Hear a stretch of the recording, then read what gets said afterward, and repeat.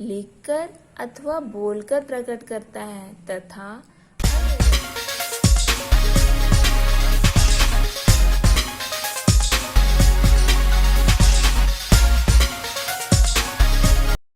Good morning बच्चों। आज हम हिंदी व्याकरण का पाठ 1 के अंतर्गत भाषा और लिपि को पढ़ेंगे। भाषा संस्कृत के भाष धातु से मिलकर बना है, जिसका अर्थ होता है बोलना। बच्चों, भाषा ही एकमात्र ऐसा साधन है जिसके द्वारा मनुष्य अपने विचारों और भावनाओं को लिखकर अथवा बोलकर प्रकट करता है तथा अन्य व्यक्ति उसके विचारों और भावनाओं को सुनकर समझते हैं। जैसे इस चित्र में देखिए, अविनाश अपने दादा दादी के साथ मेला घूमने गया था। उसने वहां मेले में जो कुछ भी देखा वह घर आकर अपने माता पिता को बोलकर बता रहा है तथा उसके माता पिता उसकी बात को सुनकर खुश हो रहे हैं। ये भाषा के द्वारा ही तो हो रहा है, वो भाषा के द्वारा ही तो बता रहा है। बच्चों, संसार में केवल मनुष्य ही एक ऐसा प्राणी है जो भाषा के माध्यम से अपने विचारों को आसानी से व्यक्त कर लेता है। पशु पक्षी भी अपने भावों को व्यक्त करते हैं। पशु पक्षी भी अनेक प्रकार की ध्वनियाँ निकालते हैं, लेकिन उनकी भाषा मानव समाज से अलग है। उनकी भाषा केवल वो ही समझ पाते हैं। वे विभिन्न आवाज़ों द्वारा अपनी भावनाएं एक दूसरे तक पहुंचाते हैं। तो बच्चों, इस प्रकार हम यह कह सकते हैं कि भाषा की परिभाषा है जिस साधन के द्वारा मनुष्य अपने मन के भावों या विचारों को दूसरों के सामने प्रकट कर सकता है तथा दूसरों के भावों या विचारों को समझ सकता है, उसे भाषा कहते हैं। अब हम भाषा के रूप को जानेंगे। भाषा के 2 रूप होते हैं, पहला मौखिक भाषा, दूसरा लिखित भाषा। मौखिक भाषा, जब हम अपने मन के भावों या विचारों को बोलकर प्रकट करते हैं तथा दूसरों के विचारों को सुनकर समझते हैं, तो वह भाषा का मौखिक रूप है। अर्थात जिस भाषा को मुख से बोला तथा कानों से सुना जाता है उसे मौखिक भाषा कहते हैं। जैसे इस चित्र में देखिए, करण वाद विवाद कर रहा है, मतलब एक दूसरे से बातचीत कर रहा है। दूसरे चित्र में रोहन और समीर बातें कर रहे हैं। रोहन समीर से बातें कर रहा है, समीर रोहन की बातों को सुनकर उसकी बातों को जवाब दे रहा है। ये भाषा का मौखिक रूप है। लिखित भाषा, जब हम अपने मन के भावों या विचारों को लिखकर प्रकट करते हैं तथा दूसरों के विचारों को पढ़कर समझते हैं, तो उसे भाषा का लिखित रूप कहते हैं। अर्थात लिखकर अपनी बात प्रकट करना तथा लिखा हुआ पढ़कर दूसरे की बात को समझना लिखित भाषा कहलाती है। जैसे सीमा पत्र लिख रही है, सीमा लिखकर अपने मन के भावों को व्यक्त कर रही है। दूसरे चित्र में दादी जी गीता पढ़ रही हैं, वो लिखा हुआ पढ़ करके उसे समझ रही हैं। ये भाषा का लिखित रूप है। बच्चों, भाषा के इन दोनों रूपों के अलावा भाषा का एक और रूप भी है जिसे हम सांकेतिक भाषा कहते हैं। दोनों माध्यमों के अतिरिक्त संकेतों द्वारा भी भाव प्रकट करने का प्रयत्न किया जाता है। जैसे चोट लगने पर बच्चा रोता है। जैसे देखिए, इस बच्चे को चोट लगी है तो वह संकेत करके अपने हाथ को जहाँ चोट लगी है वो दिखा रहा है। ये भाषा का सांकेतिक रूप है। ट्रैफिक सिपाही के संकेतों को देखकर वाहनों का रुकना।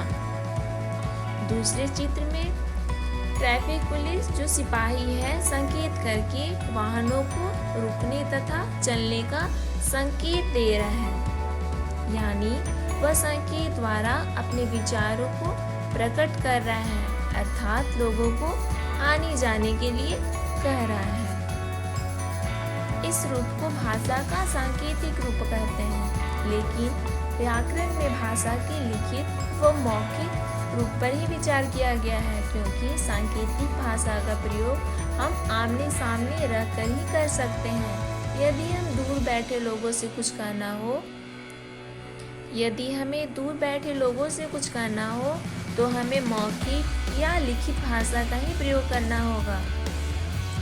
बच्चों, भारत एक विशाल देश है तथा भारत में अनेक प्रकार की भाषाएं भी बोली जाती हैं, लेकिन इस विशाल देश में भिन्न भागों में अलग अलग प्रकार की भाषा बोली जाती हैं, जैसे भारतीय भाषाएं, विदेशी भाषाएं। भारतीय भाषाएं जैसे गुजरात में गुजराती भाषा बोली जाती है, उड़ीसा में उड़िया भाषा बोली जाती है, मध्य प्रदेश में हिंदी भाषा बोली जाती है, पंजाब में पंजाबी भाषा बोली जाती है, कर्नाटक में कन्नड़, केरल में मलयालम तथा तमिलनाडु में तमिल भाषा बोली जाती है। उसी प्रकार विदेशी भाषाएं में जापान में जापानी भाषा बोली जाती है, इंग्लैंड में अंग्रेजी, कोरिया में कोरियन, चीन में चीनी, श्रीलंका में सिंहली, फ्रांस में फ्रांसीसी तथा जर्मन में जर्मनी भाषा बोली जाती है। बच्चों, आप ये तो जान गए कि हमारे देश में अनेक भाषाएं बोली जाती हैं। इनमें हिंदी सर्वाधिक लोकप्रिय प्रचलित भाषा है।